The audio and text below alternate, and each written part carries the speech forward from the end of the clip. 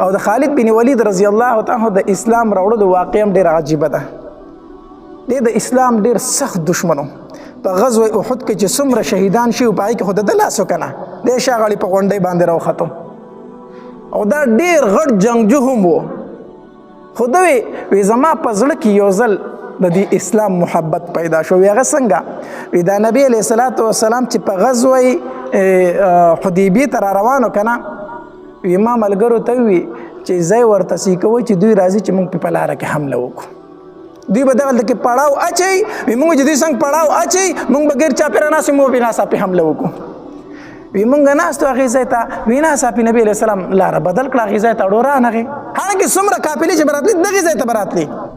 او نبي علیه السلام هغه لار پرېښوده به بل طرف لاړو.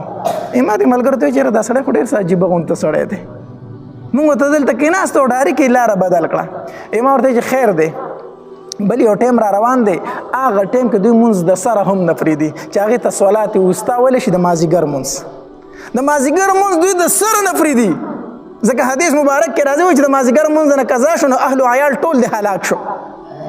نو دوی د مازدیګر مونځ نه پرېږدي بالکل نه پرېږدي نو چې دوی په مانځه ودرېږي که نه موږ به پرې حمله وکړو. وي موږ په دې کې ناست وو چې د مازدیګر مونځ ټیم شو نبي علیه السلام صلات الخوف وکړو. صلات الخوف د صلات الخوف طریقه دا ده نیم ملګري په ځان پسې ودرول نیم یې چوکیدارۍ ته ودرول. نو چې یو رکعت هغه یو څه کسانو د نبي علیه السلام سره وکړو بیا هغه چوکیدارۍ ته ودرېدل هغه نور راغله په نبي علیه السلام پسې ودرېدل. په دې طریقه نبي علیه السلام مونځ وکړو او مې مونځ وکړو مې چوکیداري کوله که نه. ما دې کسانو ته وویل چې یقین په الله وکړه په دې سړي سره خو هېڅ نه کېږي ده سره اوس غیبي غونته کې امداد دی ده خو چې کوم ځای کې موږ ورته کینو نو بس د طریقه بدله کړي د سره څه غیبي غونته کې امداد دی. وی هغې ځای کې زما په دې زړه کې د اسلام لږ مینه پیدا شوله. بل چې کوم ځای طرف ته به غزا له لاړم د جنګ له لاړم که نه وی ښه د خپل قبیلې د طرفې به مې جنګ کوو خو چې واپس په رانه په دې زړه کې به خفه مړه چې دا ته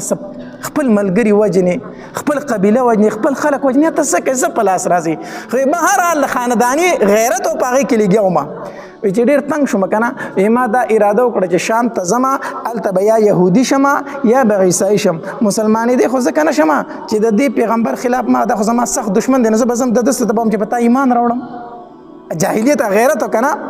په غزوه بدر کې زه د خلاف ولاړم په غزوه احد کې زه د خلاف ولاړم په غزوه خندق کې زه د خلاف ولاړم هر ځای کې ما ورسره جنګ کړی اوس به پې ایمان راوړم. ما وی چې ځمه شام ته یا به یهودي شم او یا به څه شمه عیسایي شمه او دا خپل مذهب خو راته بد ښکاري ځکه څه ګټو ته سجدې لګو دا موږ څه کوو که نه. دا مې اراده وکړه وی زما یو ورور د هغه نوم ولید و وی هغه مسلمان و. وی نبي علیه السلام دی ولید ته وویل که ما دې ورور ته چېرې دا خالد د ډېر هوښیار سړی دی ډېر عقلمند سړی دی او د ده د عقل او هوښیارتوب لږې خو بل ځای کې لګي نو چې دا په اسلام کې ولګېدی څومره به ښایي ته ورته اسلام دعوت ورکړه دې ورور ته یې ولې وویلو که نه. وی دا ورور مې ما پسې خط راولېږو چې ما پسې خط راولېږو وی ما ته وی چې اسلام ته راشه. ما مې چې د ورور خط ولیدو ما ته وی چې نبي علیه السلام ستا صفت کړی دی لږ اسلام ته راشه چې دا خبره مې واورېده بیا په ځان نه پوهېدم چې نبي علیه السلام زما صفت کړی دی. نبي علیه السلام چې دا ډېر هوښیار سړی دی ما اراده وکړه چې زه مدینې منورې ته خو ما وی چې یوازې به څنګه ځمه نو وی لاړم بل ملګری مې کته عثمان دغه صفوان ابن امیه دا د امیه زوی امیه ابن خلف په غزوه بدر کې چې مردار شوی دی په صفوان پسې لاړم ما ورته وی چې صفوان یې ما ته وی چې هو ما چې په زړه کې مې یو خبره ده ما ته وی چې څه ما چې زه خو د دې پیغمبر نه ډېر متاثره یم ایمان پرې راوړم نو که تا پرې راوړم نو ښه خبره ده چې دواړه ملګري شو مدینې ته لاړ شو زمونږ د قبیلې سړی دی زمونږ د خاندان سړی دی په ټوله دنیا به حکومت کوي نو موږ خو بې بد نه ښکارو که نه او هغه کومه خبره کوي ښې خبرې کوي. وی صفوان راته وویل که نه چې که دا ټوله دنیا پې ایمان راوړی یو دشمن یې پاتې شي هغه یو دشمن به یې زه یم. صفوان وی چې هغه یو دشمن به یې زه یم زه په دې ایمان نه راوړم. ما چې ټیک ده صحیح ده لاړم عکرمه له دا میم دوست و د ابوجهل زوی عکرمه ته مې وویل چې عکرمه یو کار نه کړو چې په دې پیغمبر باندې ایمان راوړو. عکرمه راته هم دا ټکی وي که ټول خلک په ایمان راوړي او اخري دشمني پاتې کېږي هغه به زه یم. بیا پې د عکرمه رضی الله هم ایمان راوړی په فتح مکه په ورځ باندې.